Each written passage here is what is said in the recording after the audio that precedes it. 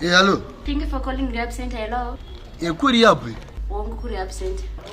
Kuno kuzvina zvinomira mushe makwanisa kwazodibatsira we. Chichwitika. Tine mfana wedu manje akutanga ari kupenga. Anenge akachimborwa madrugs nguva yese manje achitowanda. Sasa manje level yasvika manje anenge ari kurova mutorira sinomira mushe manje kuno. Alright, unokwanisa kutumira location here. Tokwanisa kukandira location moya mamutora. Zvinhu zvaya sinomira mushe. Alright, tinosvika ipapo kuve manje. It's okay, thanks. Kilati, akundijera. Bane wanu wakundijera. Anayafo, akundijera.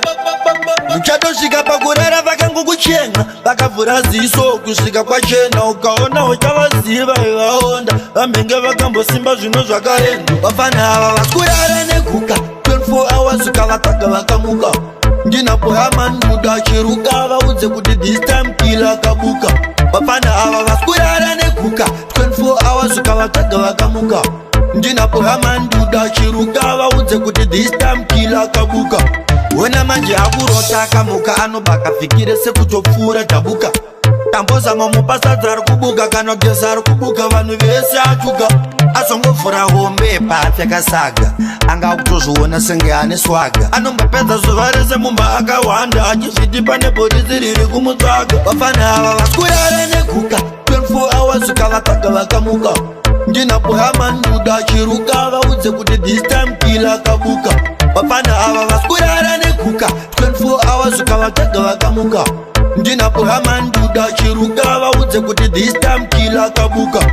Ari kungoti takaenda meno nenge kuchiendwa. Apa hembe dzepa next akatengesa pa next. Ona manje vanhu vese vari kubuka. Ona manje achatsurika. Skirire kugara akapwanyika. Ona manje kuzozvigaira kana muraundi nemafeya asikuwanika. Vafana ava vaskurara nekuka 24 hours ukavataga vakamuka. Ndinapo yamanduda chiruka. Vaudze kuti this time kila kabuka. Vafana ava vaskurara nekuka 24 hours ukavataga vakamuka.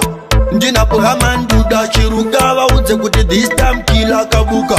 Wena manje akurota kamuka. Anobaka fikire sekutopfuura tabuka.